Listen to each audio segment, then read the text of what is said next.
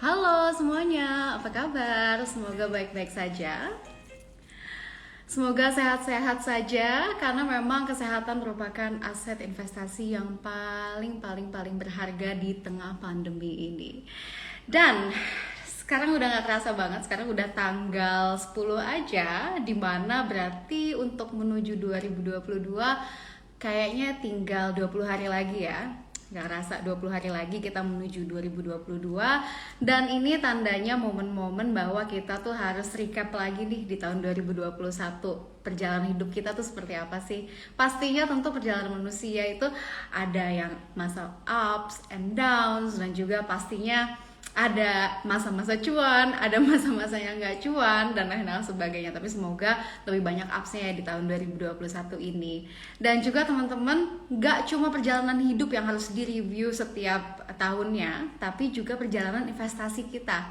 Loh kenapa? Karena gini, pepatah bilang bahwa memang pengalaman itu adalah guru yang paling berharga. Nah, dari situ aja kita udah bisa bilang bahwa memang kita tuh harus mereview, mengevaluasi kesalahan kita di tahun ini. Kenapa? Karena untuk 2022 yang lebih baik lagi.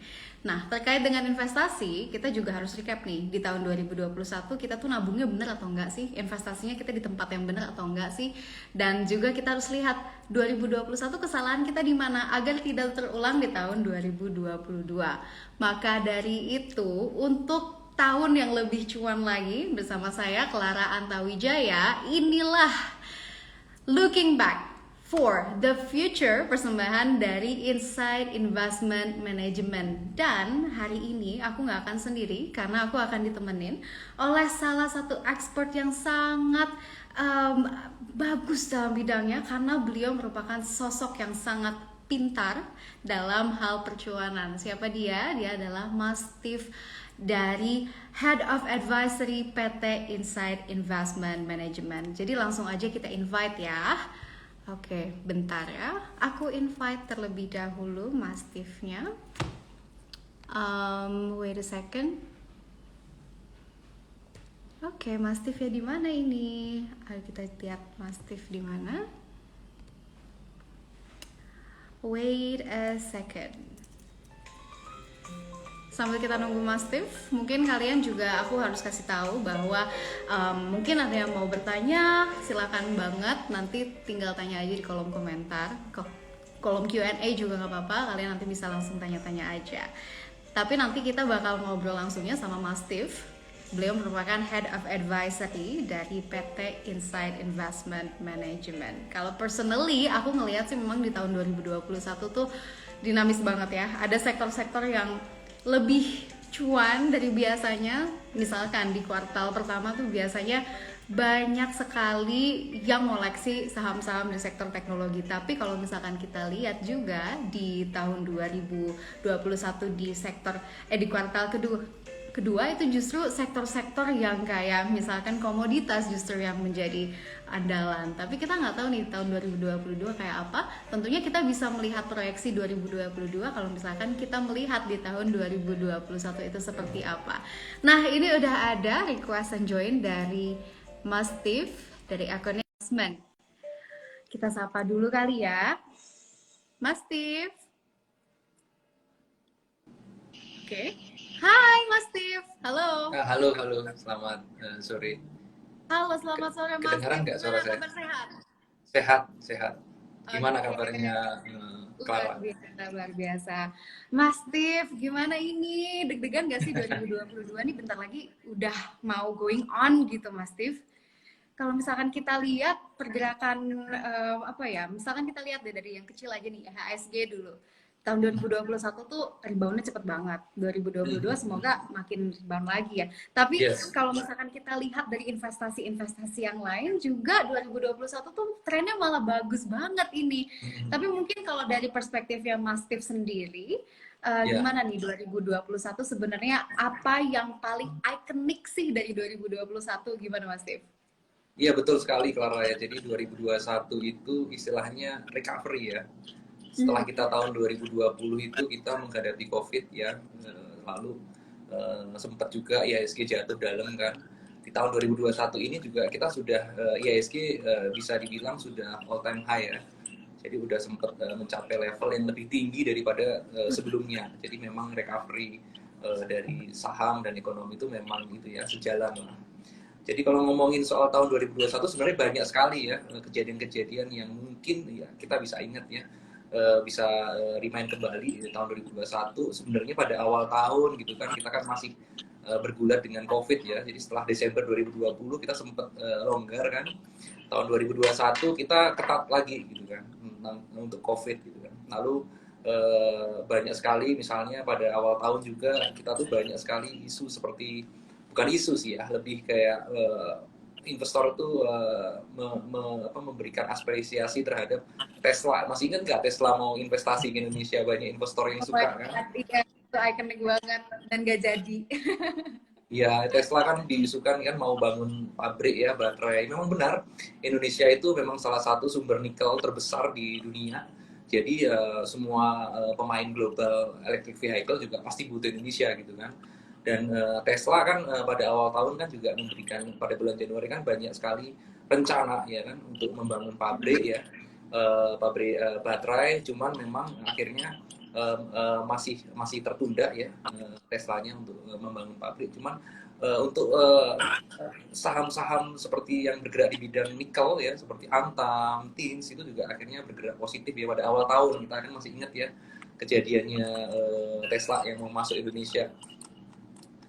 Lalu juga memang pada bulan soal saham ya, ada sektor-sektor mungkin masih ingat nggak hype dari investor soal teknologi. Jadi pada awal tahun juga teknologi, banyak sekali saham-saham teknologi terutama bank digital gitu kan. Bank digital itu salah satu yang penggerak IHSG juga gitu kan. Nah, memang bank digital tuh memang kalau secara garis besar ya sektor fintech atau teknologi di Indonesia ini bahkan di Asia itu termasuk yang paling besar di saham teknologi startupnya. Nah, bank digital juga salah satu yang menjadi penggerak di awal tahun ya 2021 ini. Seperti Bang Arto ya kan, masih ingat nggak Clara Bang Arto bahkan saham apa aplikasinya belum ada kan sahamnya udah bergerak ya kan, karena didukung oleh ekosistem Gojek ya, Gojek dan Tokopedia kan. Jadi memang itulah salah satu katalis positifnya untuk bank digital. Oke, jadi kita udah melihat nih ya, sebenarnya banyak banget yang paling ikonik menurut Mas Steve ini adalah terkait dengan mobil listrik begitu ya. Jadi memang beberapa saham kayak Tins, Antam gitu lagi melambung. Juga di sisi lain itu ikonik sekali bank digital ya, dan juga banyak lagi bank-bank digital yang bermunculan begitu ya. Dan kalau misalkan nih gerakan IHSG, janganlah kita ngelihat tahun 2020 yang sempat di 3.500 itu menyeramkan sekali bagi investor. Tapi kalau misalkan kita lihat di tahun 2021 nih ya Mas ya, sempat all time high loh di 6.700. Tapi sekarang ya udah mungkin easing lagi begitu ya di 600-an. Kemarin investor sempat panik pernah di level 500-an gara-gara sentimen Amerika Serikat ya, karena udah mulai ketat lagi karena ada varian baru. Tapi let's keep, kita sudah melihat IHSG naik sekitar 6,5% dari awal tahun begitu ya. Apa jadi kalau dari awal tahun kan trennya tadi ya momen yang seperti bank digital, lalu ada COVID-19 kan sempat pada awal tahun kan menaik lagi ya, apalagi dengan delta varian ya. Itu menyebabkan pada semester pertama atau triwulan pertama kedua itu IHSG sempat turun tuh ya kan, sempat turun ya kan pada bulan Januari terutama, karena memang itu ya sentimen COVID. Selain itu juga dari sentimen luar negeri, misalnya US Treasury pada awal tahun kan sempat naik tuh. US Treasury itu suku bunga dari Amerika ya, the Fed ya. Nah itu salah satu sentimen negatif juga buat IHSG. Kenapa? Berarti kan kalau misalnya US itu naikin suku bunga kan otomatis kan investor asing kan karena dianggap safe haven, investor asing kan banyak outflow ya ke luar negeri. Jadi itu salah satu sentimen negatif. Cuman dengan kondisi Indonesia pada semester kedua itu vaksinasi yang mulai banyak ya, kan Indonesia juga ngejot vaksinasi sampai 1 juta, sekarang udah sangat bagus vaksinasi Indonesia, perlahan-lahan pulih ya sahamnya dan ekonomi juga. Jadi memang tren kenaikan saham recovery itu juga didorong karena selain karena vaksin juga karena ekonomi udah dibuka lagi kan. Kan kita kan sempat ya pada akhir tahun 2020 PPKM, istilahnya masih PSBB waktu itu dulu. Januari kita perkenalkan namanya PPKM Mikro, PPKM level 1, level 2, banyak level Aduh, ya. inget banget, inget banget, inget banget. Iya, dan itu sempat jadi sangat negatif ya, karena setiap Ya. ada eh, PPKM, nama PPKM baru atau nama PSBB baru atau apapun itu berpengaruh sekali sama IHSG dan juga investasi lain. Investasi sangat didrive oleh sentimen sentimen seperti itu begitu. Tapi kalau dibilang sekarang kita udah naik, naik luar biasa ya, reboundnya udah kembali ke 6.600-an Ya, sekarang itu tuh. cepat sekali sih memang. Memang, Mm-mm. tapi memang itu secara historical kalau Clara belajar ya. Jadi sebagai investor saham ya, kalau misalnya punya horizonnya jangka panjang, jadi setiap penurunan equity itu selalu diikuti dengan recovery yang cepat. Itu selalu terbukti secara historical ya. Jadi memang kalau teman-teman memang punya sebagai investor saham jangka panjang nih ya, kan kita kan investor ada jangka pendek, jangka menengah, jangka panjang. Jadi penurunan IHSG itu nggak usah ditakutkan karena dalam jangka pendek itu akan kembali pulih lah dalam waktu dekat. Jadi jangan takut ya. Justru yang Betul. udah chicken dari 2021 awal, dari 2020 masa-masa itulah ya. Sekarang justru lagi cuan gedenya gitu ya Mas Tif ya. Tapi kalau lihat ini sekarang udah di 6.600-an. Kita bisa Ya. bilang pasar udah oke lah ya, udah bekerja dengan baik, pulih kembali. Tapi apakah masih cocok investor untuk chip in sekarang-sekarang? Sebenarnya tidak ada kata tidak cocok ya. Tetap oke, masuk saham oke. Cuman memang kembali lagi ke outlook kita ya sebagai masing-masing investor. Maksud saya seperti ini. Memang kalau kita time horizonnya jangka panjang, memang tidak ada masalah mau investasi saham, saham tetap the best aset kelas ya untuk long term ya di atas 5 tahun, 10 tahun aset kelas saham itu nggak ada masalah lah ya. Cuman memang kita perlu diversifikasi. Nah, dalam kondisi ekonomi tahun 2021 ini, kalau teman-teman memang ingin mendiversifikasikan, bisalah mulai menambah porsi di reksadana pendapatan tetap atau reksadana pasar uang. Jadi memang lebih ke diversifikasi seperti itu sih Clara. I see. Jadi memang jangan satu aja begitu ya Mas ya. Harus Yes. diverse, taruh di mana? Di sini, di sini, di sini, di sini. Tapi kalau misalkan kita lihat Mas di tahun 2021 investasi apa yang lagi cemerlang? Mungkin kita bisa recap. Oke, di tahun 2021 yang lagi cemerlang ya. Jadi kalau secara historical sih sebenarnya pada awal tahun saham sama obligasi itu sempat tertekan karena itu ya, sentimen COVID, kenaikan COVID, lalu juga sentimen dari US Treasury yang naik ya kan ya. Karena memang jadi yang terjadi di pasar global itu saat ini ya, itu ada namanya global inflation. Itu salah satu hal yang ditakutkan oleh investor ya, global inflation. Sedangkan untuk Indonesia sendiri nggak usah khawatir karena Indonesia sendiri kondisi neraca perdagangan kita surplus. Kenapa surplus? Karena kita itu kan eksportir ya, jadi komoditi eksportir. Jadi justru kita itu mendapatkan benefit atas kenaikan harga komoditas. Nah, memang global inflation yang terjadi di luar itu akibat ada dua penyebab ya. Pertama adalah karena harga komoditas yang naik. Jadi harga komoditas itu menyebabkan bahan baku untuk membuat produksi kan naik tuh, ya kan? Itu menyebabkan harga semakin tinggi. Yang kedua juga karena itu supply chain crisis ya. Karena kita ingat kan tahun 2020 semua orang itu berhenti beroperasi gitu kan. Jadi ketika 2021 ketika restart semuanya udah kembali normal, tiba-tiba demand tuh naik menyebabkan ada terjadi istilahnya itu bottleneck di pelabuhan-pelabuhan di seluruh dunia gitu kan. Nah, itu menyebabkan itu ya inflasi juga di global. Tapi untuk Indonesia inflasinya masih masih cukup bagus ya. Kenapa? Karena memang Indonesia kan eksportir inflation lah istilahnya. Kita tuh mengekspor bahan komoditas yang menjadi salah satu yang menyebabkan inflasi di global. Jadi kondisi itu juga yang menyebabkan per September, per Oktober, November kemarin kita itu cukup kuat secara ekonomi ya. Jadi neraca perdagangan kita surplus, nilai tukar dengan dolar juga surplus, sehingga menyebabkan itu ya disertai juga dengan vaksinasi COVID ya, yang kita juga sudah melewati zaman-zaman masih ingat nggak zaman-zaman COVID Delta itu kemarin yang India itu sampai penuh gitu kan, kita tidak pernah menyangka vaksin COVID-19 itu yang Delta varian itu sampai ke Indonesia, dan ternyata kita menghadapinya ya, setelah Lebaran itu kan Delta varian kan cukup naik ya, itu juga salah satu yang menyebabkan awal-awal tahun juga tertahan kan. Tapi semenjak vaksinasi digenjot sama pemerintah, kondisi ekonomi juga membaik, kita kan lihat pasar saham dan pasar obligasi dia recover ya, seperti itu sih. Jadi yang terbaik sebenarnya kalau saham kita lihat sektor-sektor yang recover baik di akhir tahun ini adalah seperti perbankan ya. Karena kita tahu pada awal tahun, pada tahun lalu perbankan itu salah satu sektor yang terdampak. Kenapa? Karena kredit jadi turun, permintaan kredit jadi turun karena ekonomi kan melambat ya. Nah sekarang ini kita lihat bahwa pertumbuhan kredit itu juga meningkat karena seiring dengan peningkatan ekonomi itu perbankan juga recovery cukup bagus. Lalu di sektor misalnya sektor energi ya kan, energi karena komoditas ya, komoditas juga karena harganya naik juga akhirnya ada sentimen, jadi performanya juga bagus. Seperti itu sih Clara. Kalau untuk sektor-sektor lainnya mungkin sektor yang mungkin lagging itu masih properti ya, karena properti itu kita melihatnya memang permintaan naik, cuman tahun depan kan proyeksinya kita, outlooknya kita kan suku bunga akan naik ya, karena kan tahun depan itu the Fed itu kemungkinan besar, dalam tanda kutip kemungkinan besar itu akan naikin suku bunga. Nah kalau kenaikan suku bunga kita juga biasanya Indonesia ngikutin suku bunga BI-nya kan yang kita sekarang rendah kan dinaikin ya. Nah kalau begitu apa resikonya ya berarti suku bunga kredit juga naik ya. Berarti kan sektor properti mungkin tahun depan akan jadi sektor yang challenging ya, karena sektor properti adalah sektor yang mungkin sangat tergantung dengan kredit ya, kredit KPR. Seperti itu Clara. I see. Jadi memang ada trickling effect-nya begitu ya, yang ditakuti malah sektor properti di kemudian.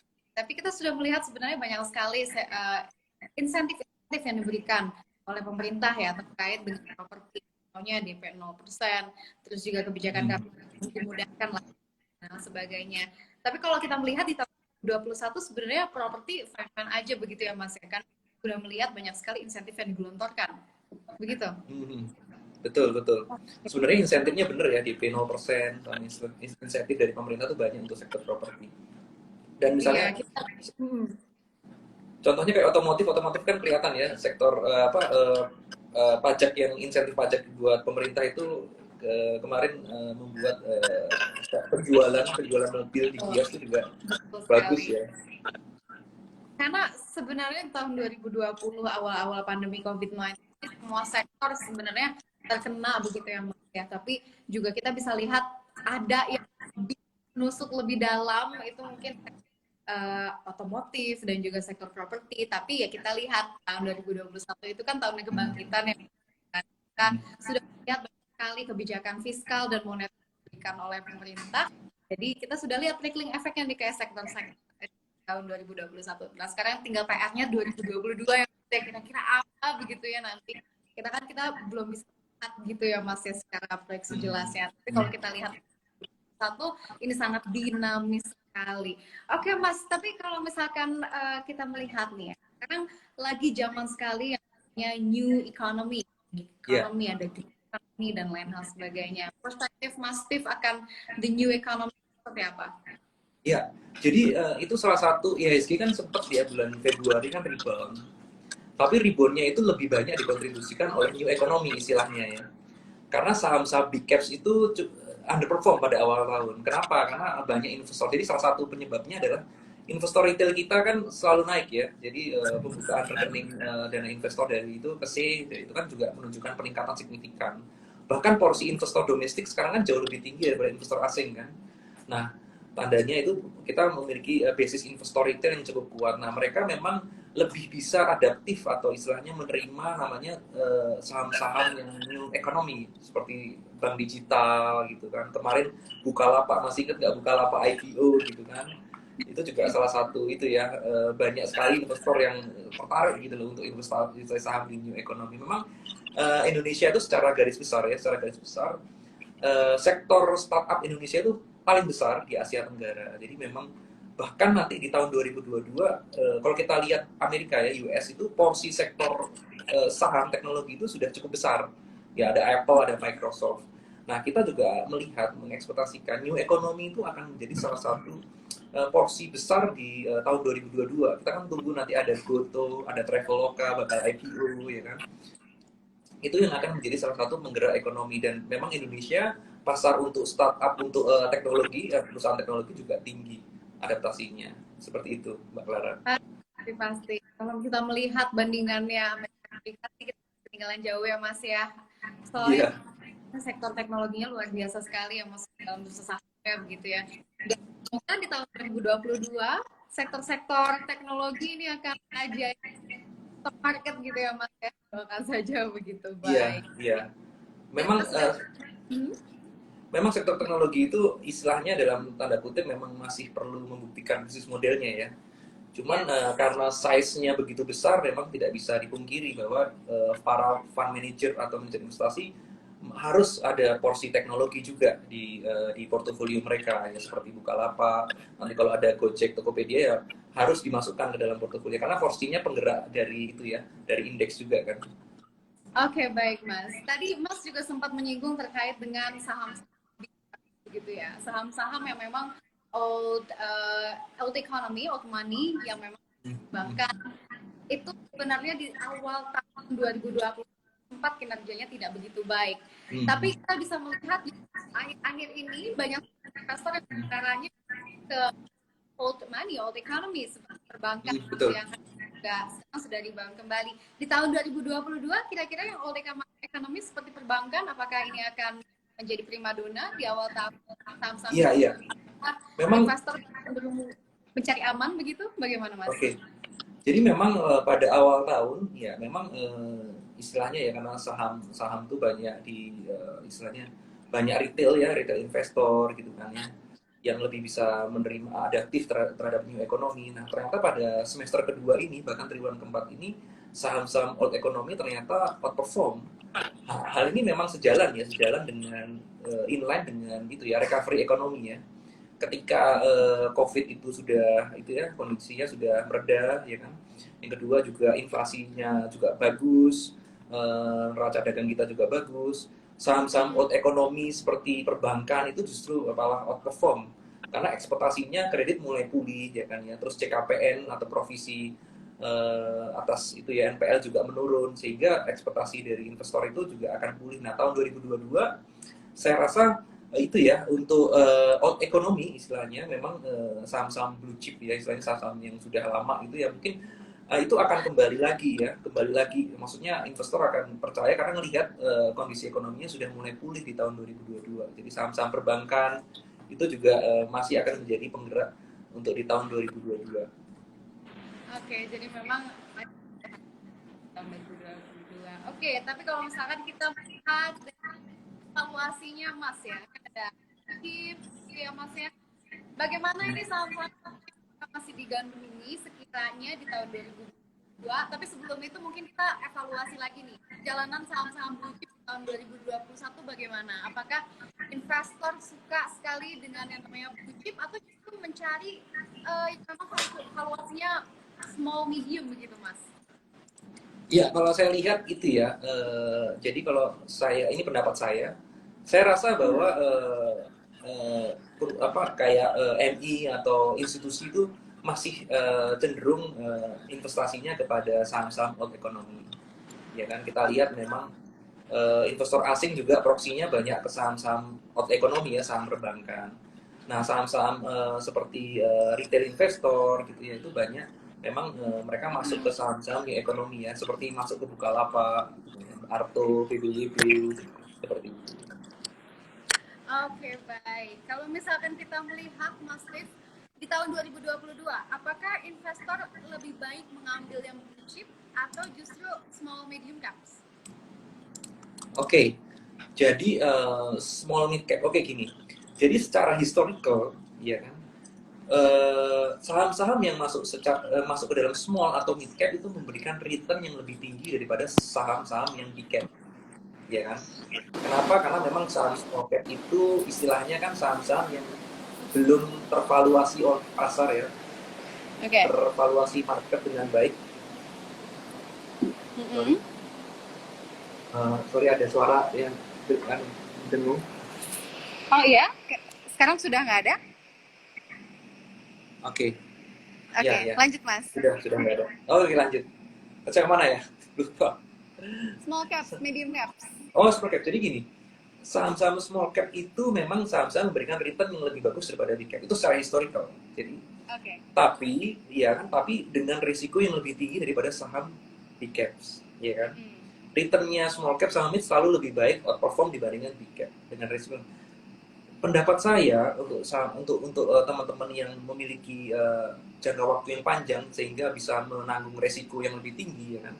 Itu memang selalu harus perlu diversifikasi antara saham small, mid, dan saham big caps. Ya kalau teman-teman memang orang yang konservatif gitu ya, mungkin 60-70% bisa saham-saham big caps gitu ya, karena memang pergerakannya mengikuti IHSG dengan sekitar 30-40% untuk saham-saham alpha, istilahnya saham-saham small sama mid. Karena kita nggak bisa pungkiri saham small dan mid itu memang secara historical returnnya tinggi, cuman saham small sama mid cap itu kita sebagai investor itu harus memilih dengan bijak, dengan hati-hati, karena saham itu kan banyak ya, saham-saham small sama mid cap itu banyak. Kita harus pilih yang mana yang fundamentalnya bagus, mana yang secara prospek juga bagus, dan memang harus punya kebijakan cut loss, karena nggak semua saham small atau mid cap memiliki return yang bagus, ada juga yang bisa turun gitu kan. Tapi saya rasa itu sih, itu Mbak Clara. Aduh, benar sekali Mas ya, karena memang banyak sekali orang-orang yang memang ingin terjun ke stock market tapi justru tidak melihat fundamentalnya, lebih ke dengar-dengar katanya saham ini bagus, katanya saham ini bagus. Jadi lebih ke fear of missing out begitu, dan ini yang tidak Iya. dianjurkan begitu ya, harus melihat baik dari fundamental maupun teknikalnya kalau misalkan bisa. Baik, ini sangat menarik begitu ya. Tapi mungkin kita balik lagi ke appetite masing-masing dari investor begitu Mas. Ada yang memang inginnya risk taker, ada juga yang takut-takut begitu. Tapi kalau misalkan yang takut-takut, apakah ada jenis investasi yang mungkin lebih slow begitu Mas, yang memang Oke. risikonya rendah, adakah? Ya, jadi kalau kalau aku bilang kalau dia memiliki appetite risk ya lebih tinggi ya kan, itu memang pasti mengurangi porsi saham, ya kan. Tapi kalau misal menurut saham bisa pakai reksadana. Nah, kalau di Insight itu ada reksadana indeks, ya semua MI punya, dan Insight juga punya reksadana indeks. Itu reksadana indeks itu tracking IHSG ya, dibuat indeks itu kan untuk tracking IHSG. Sehingga investor tuh nggak perlu capek-capek gitu ya, harus milih saham. Karena milih saham itu perlu energi, perlu waktu gitu kan. Nah, biasanya kalau memang punya appetite risiko, tapi masih ingin investasi saham, bisa memilih reksadana indeks. Indeks IDX Oke. 30, Serika Hati, ya kan. Nah, juga bisa ditingkatkan porsi reksadana pendapatan tetap dan pasar uang. Nah, pendapatan tetap itu juga mungkin ini insight buat teman-teman ya. Pendapatan tetap itu manajer investasi kalau aku klasifikasikan tuh ada beberapa strategi. Nah, strategi pertama tuh biasanya dia lebih banyak government bond. Oh, Kalau oke, I see. Nah, kalau lebih banyak government bond, dia lebih volatile. Kenapa kok lebih volatile? Karena reksadana pemerintah, meskipun default risk-nya nol, tetap ada resiko, istilahnya resiko itu ya, resiko interest rate risk. Jadi ketika suku bunga naik atau turun, dia mengikuti harga secondary-nya. Jadi lebih volatile, walaupun secara default, secara jangka panjang, dia tetap positif return. Nah, atau eh, reksadana yang itu ya, pendapatan tetap yang lebih banyak korporasi. Nah, kalau reksadana Oke. pendapatan korporasi berarti dia lebih stabil. Nah, memang kalau di Insight sendiri memang ada government bond untuk government, ada reksadana iHADS. Nah, reksadana iHADS itu banyak korporasinya dan dia lebih stabil. Oke, Seperti jadi itu. Kalau reksadana sebenarnya pasar uang ya gimana? Oke, jadi memang sebenarnya banyak sekali ya pilihan untuk investasi, nggak cuma satu saham gitu.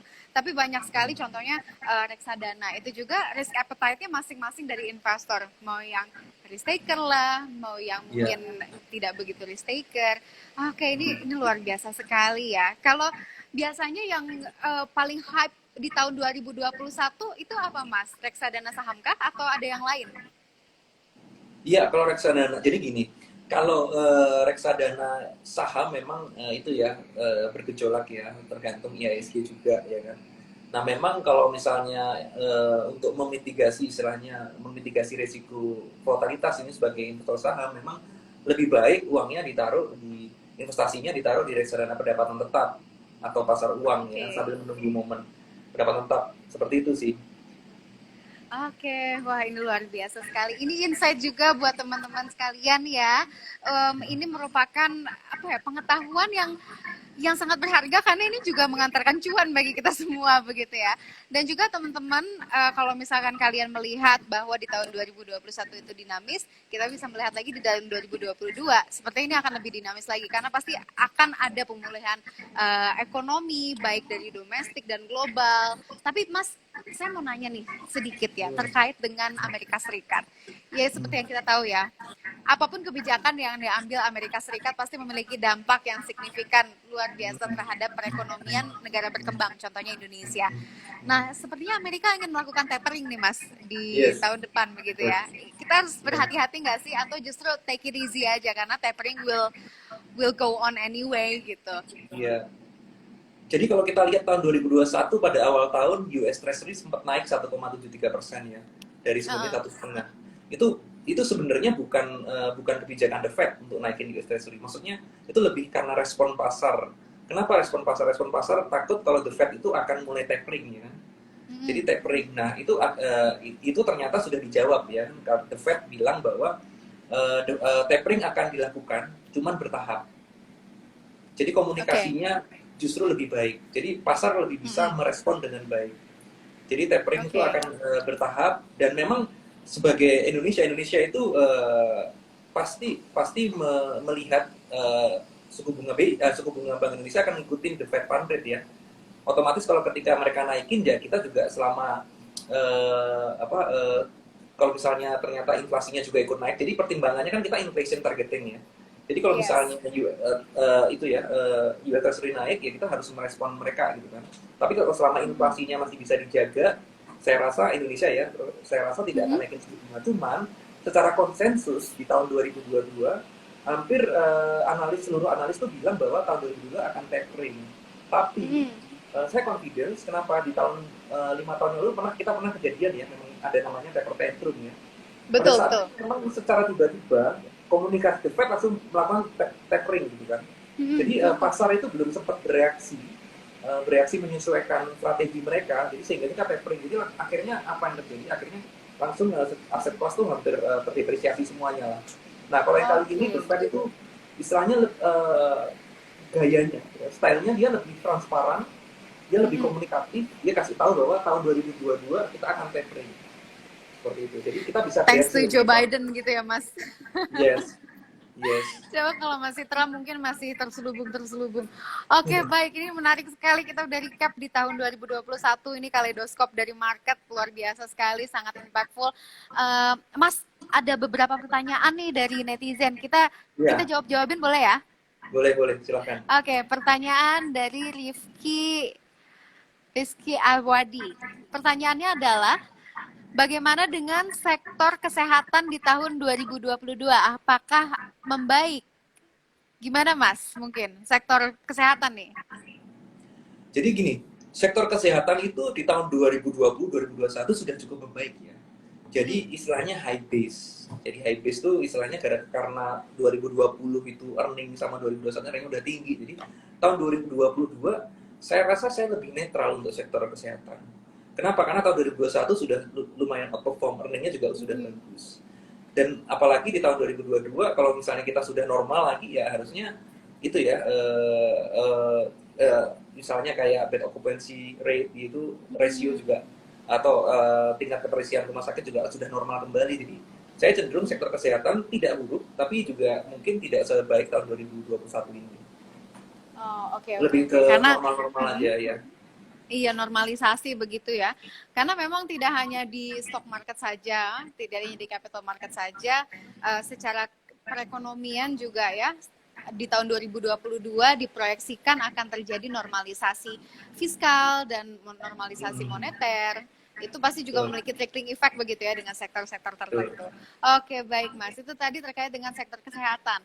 Ini juga ada pertanyaan dari Giska Amelia. Pertanyaannya adalah, bagaimana sektor komoditas sekiranya di tahun 2022, Mas? Oke, kita recap tahun 2021 akibat supply chain crisis ya. Permintaan akan komoditas itu kan naik signifikan kan. Apalagi coal all time high, semuanya komoditas naik, sawit naik. Di tahun 2022 di tahun 2022 view dari analis itu dia tidak akan senaik 2021, tapi juga tidak akan turun cepat karena ternyata istilahnya untuk membetulkan supply chain komoditas itu juga gak gampang, perlu waktu. Jadi saya rasa view saya terhadap komoditas itu dia tidak akan setinggi sekarang kenaikannya, bahkan bisa turun tapi tidak turun seperti pre-pandemic level. Kan waktu awal pre-pandemic level kan komoditas sempat itu ya turun, terbang. Oh ya turun, justru turun. Komoditas sempat turun terus naik lagi kan, all time high kan, seperti itu. Jadi view saya tahun 2022 lebih komoditas ya tidak naik lah signifikan, cuma turun, kalau turun sebelum pre-pandemi sih tidak ya. Oke, iya ini menarik sekali ya justru ya kalau dari sektor komoditas. Jadi memang di tahun 2020 ya terbangnya mungkin nggak akan seterbang di tahun 2021. Oke, tapi kalau misalkan kita melihat nih Mas ya, IHSG kenaikannya udah signifikan. Banyak yang meramalkan itu akan tembus 7.500, 7.600 di tahun 2022. Sepakat nggak? Atau ada pendapat lain, Mas? Bisa, sangat bisa. Kenapa? Satu, ya kalau misalnya kita lihat harga komoditas itu masih tinggi, ya kan ya. Jadi nilai tukar itu juga masih bisa dijaga, ya kan? Karena kenaikan US Treasury itu memang ada efeknya ke nilai tukar. Tapi kalau kita lihat bahwa neraca dagang kita masih positif, ya, sehingga kita Bank Indonesia itu masih bisa intervensi lah ya, atau istilahnya tidak terlalu berat lah untuk neraca perdagangan kita, neraca itu. Nah, saya rasa itu ya bisa lah, masih bisa. Masih bisa. Oke, baik. Ini berarti sangat optimistis dan semoga terrealisasi di 7.500 di tahun 2022. Amin ya rabbal alamin. Dan selanjutnya ini banyak banget pertanyaan, Mas. Kita jawab satu-satu nggak apa-apa ya, Mas? Ya masih semangat. Boleh, ya, Mas silakan. Ya. Luar biasa. Kalau saya bisa jawab, saya jawab. Oke, mantap. Ini pertanyaan dari tadi agak kelewat nih. Mas Reo Audi. Dengan adanya tapering, adakah pengaruh buat penguatan pelemahan nilai tukar rupiah terhadap dolar? Nah, gimana Mas? Ya pasti. Jadi nilai tukar secara teori nilai tukar kita itu dipengaruhi oleh kondisi eksternal dan internal. Kondisi eksternalnya adalah US Treasury.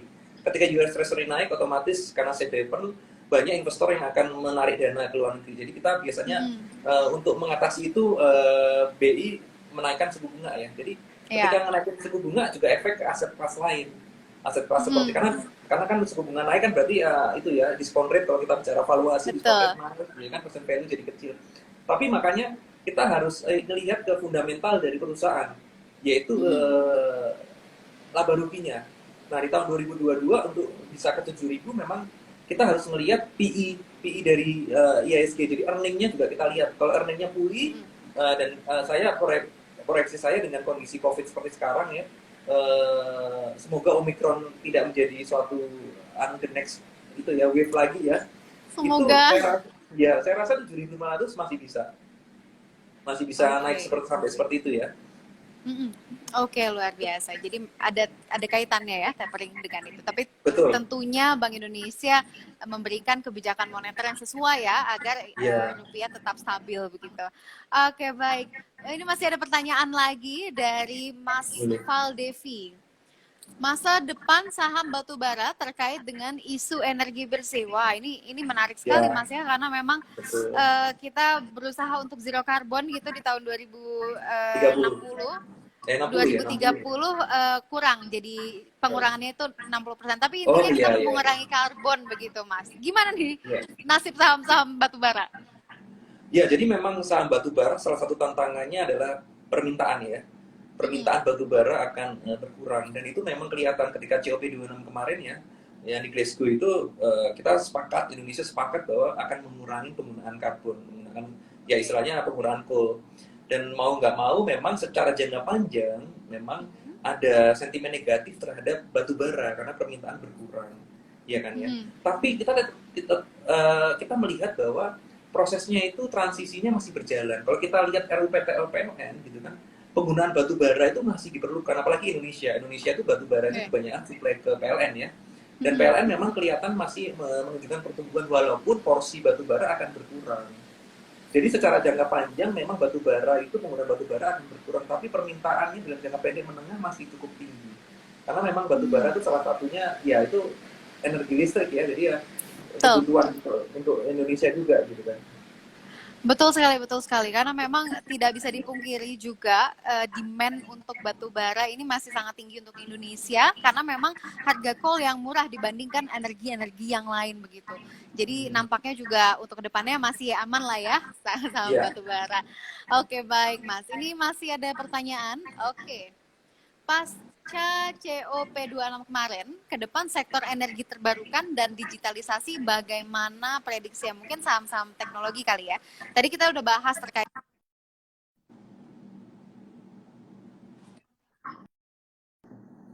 Halo, iya. Dengar Oke, suara saya? iya Hah? oke. Jadi bagaimana kalau misalkan sektor energi terbarukan? Bagaimana chance-nya, Mas? Oke, sektor energi terbarukan. Jadi memang tadi kembali ya ke coal ya, ke coal. Jadi perusahaan coal kita lihat mereka punya itu nggak sih, punya rencana nggak sih untuk mengurangi coal dan diversifikasi usaha. Jadi dengan permintaan dari pemerintah, terutama dari PLN ya, memang kalau kita lihat dari rencana mereka itu mereka akan meningkatkan EBT ya, energi baru terbarukan. Porsinya naik, tentu saja itu memberikan sentimen positif untuk itu ya, untuk perusahaan-perusahaan yang memang berkontribusi terhadap energi terbarukan ya. Hmm. Lalu untuk tadi satunya apa ya? Eh, Teknologi. Nah, sektor teknologi, betul. oke. Jadi memang terbarukan akan ada prospek bagus dan memang harus dilihat mana perusahaan-perusahaan yang saat ini mau mendiversifikasikan usahanya ke energi terbarukan. Yang perlu dilihat lah kira-kira fundamentalnya bagus nggak ke depannya. Nah, kalau teknologi kembali tadi seperti yang saya sudah ceritakan bahwa Hmm. teknologi akan jadi porsinya akan besar, apalagi kalau Goto jadi IPO di Indonesia akan menjadi porsi yang cukup besar di ISG. Dan karena memang Hmm. satu lagi pasar untuk sektor teknologi di Indonesia startup kita itu valuasinya hampir paling besar kali di ASEAN atau di Asia gitu. Jadi Hmm, betul. saya rasa akan menjadi penggerak ISG masa depan. Oke, baik. Dan kalau misalkan kita melihat terkait dengan tren begitu ya, Mas ya. Kita sudah aware sekali bahwa memang green economy sekarang tuh lebih digaungkan lagi dan juga sesuatu yang memiliki CSR dan juga apa ya environmental friendly itu sangat dikedepankan di tahun-tahun sekarang dan apalagi tahun 2022 dan tahun seterusnya. Terkait dengan mungkin mobil listrik begitu ya Mas ya, walaupun kita sempat Ya, highlight tadi bahwa mobil listrik Tesla itu tidak jadi ke Indonesia malah ke India Bangalore dan kita sedikit sedih akan hal itu karena sempat itu heboh sekali terkait dengan hal itu tapi tetap saja Indonesia penghasil nikel yang sangat luar biasa banyak ya di Indonesia ini secara skala global juga sangat besar sekali mungkin bisa diwakili oleh Vale dan juga Antam begitu. iya. Mungkin sekiranya tahun 2022 Antam dan Vale kinerjanya akan mencuat lagi kah atau waktu tahun 2021 saja ini karena memang waktu itu ada sentimen terkait dengan mobil listrik atau hype-nya akan terus berkembang tahun 2022 bagaimana Mas? Wah, saya jujur saya nggak terlalu cover saham itu ya, saham Antam dan Oke. sektor tersebut. Jadi mohon maaf, belum bisa Oke. memberikan insight. Oke, baik, tidak apa-apa, Mas. Karena memang terkait dengan mobil listrik, apapun yang green energy, green economy, itu tuh masih menjadi primadona begitu ya, Mas ya, untuk Yes, di pasar modal begitu. Dan kalau iya. misalkan Jadi kita melihat, selain pasar saham gitu, mungkin kita bisa lihat pasar obligasi tahun 2021. Kita recap dulu gitu, Mas. Bagaimana pasar obligasi tahun 2021? oke, pasar obligasi tadi ya pergerakannya juga mirip dengan pergerakan US Treasury ya. Jadi ketika US Treasury naik, jadi teman-teman mungkin bagi yang masih belum tahu, ketika suku bunga yield government bond 10 tahun itu naik justru buruk buat investor ya, karena kan eh, pala nilainya kan turun ya. Memang pada awal tahun tuh sempat naik suku itu ya uh, treasury yield-nya Oke. dari Amerika kan sempat naik, itu juga salah satu itu ya mengurangi return dari obligasi. Cuman memang dalam triwulan terakhir ini memang sama seperti karena kondisi ekonominya juga sudah mulai pulih, pasar obligasinya kita juga dengan dukungan dari SKB 3 Menteri ya dan Bank Indonesia banyak membantu pemerintah kita sehingga suku bunga dari government bond Indonesia itu cukup terjaga di angka mungkin 6,1%. Itu juga salah satu itu ya, salah satu yang menjaga stabilitas dari pasar obligasi. Cuman tren kedepannya saya lihat bahwa itu ya tren kedepannya memang suku bunga akan turun Jadi sehingga istilahnya reksadana pendapatan tetap akan re-rating ya, turun ya. Tapi saya lihat bahwa memang masih itu ya, masih menjadi primadona untuk safety ya, untuk investor-investor yang pengen lebih pengen stabilitas gitu ya, lebih pengen tidak volatile gitu kan, memang tetap harus punya reksadana pendapatan tetap dengan pasar uang seperti itu. Oke, baik. Terima kasih. Ini jawabannya luar biasa sekali ya. Ini juga ada pertanyaan tadi di atas, tapi saya lupa ya namanya siapa. Beliau nanya, tips investasi untuk pemula begitu. Mungkin bisa Ya. dikaitkan dengan obligasi, cocok berarti ya mungkin untuk yang tidak ingin high risk. Oke, jadi untuk investor pemula tentu saja saya sarankan untuk coba dulu dengan cara reksadana ya.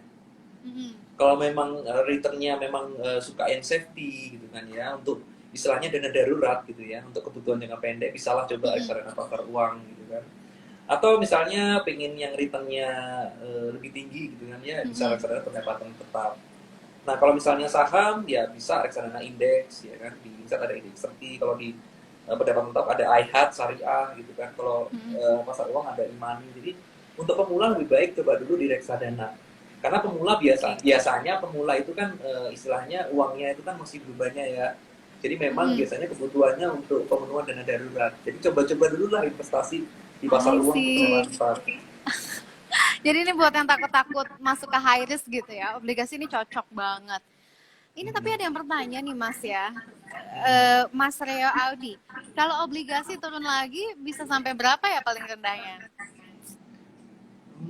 Obligasi, jadi tergantung. Jadi kalau saya tanya ke analis ya, analis itu turun obligasi turun dalam artian apa nih? Suku bunganya atau naik ya. Jadi kalau misalnya saya rasa memang kalau obligasi itu secara jangka pendek memang bisa volatile. Kalau kebanyakan government bond ya, bisa volatile, bisa turun karena ada itulah interest rate risk. Tapi jangka panjang dia tetap akan positif, 3 tahun pasti akan positif ya. Karena kan nggak mungkin kan ya reksadana tetap yang nggak ada default risk jadi negatif. Cuman kalau saya lihat range-nya memang suku bunga BI itu di antara 5,8 sampai 6,3 ya. 6,3%-an lah. Sekarang kan 6,1 ya, 6,1%. Memang ada risiko suku bunga BI itu yang 10 tahun itu bisa naik ke 6,3 akibat itu ya. Akibat inflasi ya, inflasi. Oke, ya jadi memang kaitannya juga erat ya dengan inflasi. Oke, baik Mas. Jadi kalau misalkan tadi kita balik lagi untuk investor pemula, jadi cocoknya justru reksadana begitu ya Mas ya? Karena Betul, memang reksadana. low risk ya? Betul. Oke, I see. Tapi balik lagi ya Mas ya, ada aturan high risk, high return. Betul. Jadi kalau misalkan mau cuan lebih banyak ya resikonya juga harus mau dinaikin gitu. Tapi kalau misalkan mau aman-aman aja, bisa tuh reksadana saham. Tuh buat teman-teman yang udah mau mulai investasi tapi bingung investasi apa ya. Tuh langsung aja ke Insight Investment ya. Karena kan banyak banget pilihannya begitu ya Mas ya. Gitu. Betul. Karena memang literasi keuangan tuh penting sekali ya Mas ya. Karena banyak sekali juga masyarakat Indonesia yang masih berkeyakinan Mas untuk uangnya itu disimpan saja, masih disimpan secara fisik, padahal itu tidak begitu oke. Kalau misalkan kita taruh di investasi itu justru malah beranak gitu uangnya. Dan inilah pentingnya literasi keuangan ya bagi masyarakat. Oke, tapi kalau misalkan kita melihat, tadi kita udah bahas tentang mungkin yang high risk saham, yang low risk kita udah bahas terkait dengan reksadana begitu. Tapi mungkin ada yang lebih old fashion lagi nih Mas. Kayaknya orang tua saya juga pernah menabung dengan cara menyimpan uang di deposito. Kita bahas tentang deposito kali ya. Tahun 2021 gimana sih Mas deposito trennya? Ya, tren deposito, ya kalau kita lihat dana pihak ketiga ya, jadi tren dana pihak ketiga dari tahun lalu aja masih terus naik ya kan. Nah itu tandanya apa? Memang investor kita atau orang-orang di Indonesia memang lebih suka nabung di bank ya kan. Makanya benar katanya Clara bahwa kita perlu mengedukasi para masyarakat Indonesia tentang investasi selain alternatif deposito. Memang deposito itu naik karena memang kita masih itu ya, masih melihat masih lebih secure gitu kan dibandingkan yang instrumen lain. Cuman kelemahannya dari deposito itu dengan suku bunga BI yang terus turun, tentu saja returnnya tidak optimal kalau ditaruh di deposito saja. Jadi justru menurut saya kita perlu istilahnya melakukan diversifikasi ya, deposito dan misalnya reksadana pasar uang. Karena reksadana pasar uang itu justru returnnya bisa lebih tinggi. Kenapa bisa lebih tinggi? Karena ditempatkan di instrumen-instrumen selain deposito bank, juga kita instrumen ke obligasi yang jatuh temponya 1 tahun. Tentu saja dengan resiko dan return yang sudah di monitor sama manajer investasi. Gitu. I see. Ya memang kalau misalkan kita melihat di tahun 2021 suku bunga tuh kalau nggak sama pasti turun begitu ya. Kita bisa lihat nih ya, BI 7-day reverse repo rate aja di sekarang di 3,5%. Dan kita masih belum tahu ya tahun 2022 sekiranya akan naik atau tidak, tergantung juga iklim perekonomian secara global begitu ya. Oke, baik. Ini menarik sekali tentang deposito. Tapi kalau misalkan tahun 2022, apakah trennya akan meningkat atau justru sama aja? Kalau tren dari konsensus analis, trennya meningkat. Gitu. Oke. Suku bunga BI akan meningkat karena ngikutin dari itu ya, The Fed ya. The Fed kan sudah bilang bahwa tahun 2022 akan tapering. Jadi memang ada kemungkinan meningkat. Cuman para penabung itu selalu paling belakangan penyesuaiannya, ya kan? Kenapa? Karena kan ketika suku bunga 7-day repo rate itu naik, dia perlu lagging 6 bulan. Jadi justru penyesuaiannya lama. Menurut saya kalau teman-teman pengen lebih cepat penyesuaiannya, biasanya kan kalau misalnya 7-day reverse repo rate naik, itu kan obligasi kan naik duluan ya. Maksudnya jadi Betul. bisa lebih cepat penyesuaiannya kalau misalnya mulai masuk ke reksadana pasar uang atau pendapatan tetap. Oke. Itu bisa jadi pilihan gitu ya, Mas ya. Oke, kita udah bahas ya terkait dengan reksadana lah, saham lah, dan juga kita bisa melihat deposito. Walaupun memang kita bisa lihat ya, bunganya itu turun terus sepanjang tahun 2021, tapi konsensus analis di tahun 2022 mengharapkan memang deposito trennya meningkat. Tapi sebenarnya ada nggak sih, Mas, pilihan lain untuk investor yang memang appetite-nya low risk, Mas? Oke, bisa. Jadi kalau di kita itu kan kalau misalnya di Insight itu punya reksadana iHatch ya. iHatch itu Iya. returnnya cukup stabil, ya kan, karena memang kita banyak korporasi dan memang banyak di sukuk gitu kan ya, yang berbasis yang konsepnya syariah, itu reksadana pendapat tetap itu bisa menjadi alternatif ya untuk para investor ini untuk investasi. Kalau reksadana pasar uang kita ada e-money ya, returnnya juga bagus untuk tahun terakhir. Kalau misalnya ternyata pengen lebih agresif, ya kan, reksadana teman-teman lebih agresif, tentu saja bisa ke reksadana indeks ya. Kita punya Serikahati Liquid, kita punya IDX 30. Kenapa indeks ini? Indeks itu tentu saja lebih fee-nya lebih murah dibanding reksadana saham yang agresif ya. Itu fee-nya lebih murah dan itu lebih simpel di investasinya, lebih simpel dan lebih tracking indeks lebih bagus ya daripada saham-saham yang pelan ya. Jadi memang kita juga punya iWealth untuk saham-saham yang agresif. Percaya kemampuan kami untuk mengolah dan menjadi saham gitu kan. Kalau memang lebih konservatif memang bisa pilih reksadana indeks yaitu Serikahati Liquid gitu kan. Kalau kita juga punya ETF ya, FTSE Low Volatility. Oke, menarik sekali ya. Jadi ada iHatch ya. Ini jadi kalau misalkan saya lihat juga di komennya tadi ada beberapa komen yang kayak iHatch. Emang demand-nya lagi tinggi ya, Mas ya? Atau gimana? Iya, reksadana iHatch merupakan reksadana yang salah satu reksadana terbaik dari Insight ya. Memang konsepnya kan dia kan syariah. Dan memang kita memilih emiten-emiten yang memiliki kinerja baik ya, dengan resiko yang terukur juga, sehingga memberikan return yang bagus ya, dengan stabil juga gitu kan. Cocok buat teman-teman yang memang secara jangka panjang pengen melihat kan dalam 1 tahun. Kalau saya lihat nih datanya ya, dalam 1 tahun misalnya return per 30 November 2021 kan return per tahunnya 6,9%. Jadi teman-teman juga bisa istilahnya kalau pengen nabung gitu kan, bisa tahu kan kira-kira dalam 1 tahun ke depan kira-kira returnnya perkiraannya berapa sih range-nya gitu kan. Nah dengan menggunakan reksadana iHatch malah justru bisa diatur tuh, 1 tahun lagi saya pengen beli apa gitu kan. Nah investasinya bisa ditabung di reksadana iHatch gitu kan. Oh, luar biasa. Itu ada yang nanya tulisannya gimana tuh reksadana iHatch, bukan Hatch gitu ya. Haji gimana tuh tulisannya tuh, Mas? Itu ya, HAJJ ya, iHatch. Strip HAJJ. HAJJ karena Ya, haji begitu ya. Oh, iya luar Haji Syariah biasa. Fund. Sangat-sangat religius begitu ya. Oke. Iya. Tapi kalau misalkan kita melihat produk investasi dari Insight, ada nggak sih yang lebih ke lingkungan? Karena memang kan sekarang banyak yang go green ya gitu ya, Mas. Oh iya, jadi kalau dari lingkungan mungkin air renewable ya, air renewable. Jadi gini, Oke. teman-teman investor, jadi memang value dari Insight itu adalah berinvestasi sekaligus berkontribusi kepada sosial. Jadi memang setiap Top. MEV itu kita sharingkan ya, istilahnya kita bikin kontribusi sosial. Dan kalau iHearts itu untuk memberangkatkan orang-orang yang tidak mampu naik haji, MEV-nya. Memang Oh, kita ada luar kontribusi biasa. sebagian dari MEV juga kita berikan kepada orang yang pengen naik haji. Tapi kalau untuk lingkungan kita ada air renewable. Cuman air renewable itu lebih ke pembagian EMI-nya untuk kegiatan-kegiatan itu ya, yang bertema lingkungan ya kan ya. Misalnya CSR kemarin gitu ya. ya CSR yang misalnya pembuatan tungku dari itu ya, biogas ya, biogas itu juga. Jadi seperti itu kalau misalnya lingkungan ya, lebih ke CSR lah, CSR kalau renewable. Oh, I jadi I memang renewable.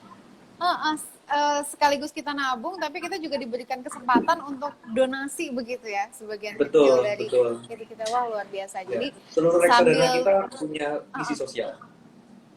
luar biasa sekali. Tadi saya juga mendengar itu yang iHatch, bahwa kita sebenarnya kalau misalkan nabung di iHatch itu sebenarnya kita juga membantu orang-orang yang ingin naik haji begitu ya, Mas ya. Ya, Luar biasa ya. sekali. Jadi mungkin yang bisa saya underline yang bagus untuk membantu sekitar mungkin bisa iHatch dan mungkin bisa juga iRenewable Energy begitu ya. Oke, baik, luar biasa. Tapi mungkin karena ini keterbatasan waktu ya Mas ya, kita memang IG Live-nya ini hanya sejam dan tadi kita udah berbicara panjang lebar, diskusi kita menarik sekali dan tadi banyak juga yang bertanya terkait dengan investasi begitu. Mungkin closing statement deh dari Mas Steve terlebih dahulu, tahun 2021 bagaimana dan apa harapannya di tahun 2022? Ya, di tahun 2021 memang kita sudah melalui banyak sekali kejadian event yang ya tidak terduga ya, kenaikan COVID. Cuman kita lihat bahwa pemerintah itu sungguh-sungguh ingin menanggulangi COVID dengan vaksinasi dan sehingga ekonomi juga kembali pulih ya. Jadi kita juga optimis di tahun 2022 ekonomi akan kembali normal gitu kan ya, dengan new normal, dengan kondisi ekonomi yang sudah mulai pulih, vaksinasi juga semakin kencang ya kan ya. Ya kita harapkan jangan sampai ada itu ya COVID ya, memang itu resiko yang kita harus hadapi bersama. Ketidakpastian juga ada, kalau jangan sampai kita ada COVID new wave lagi gitu kan ya.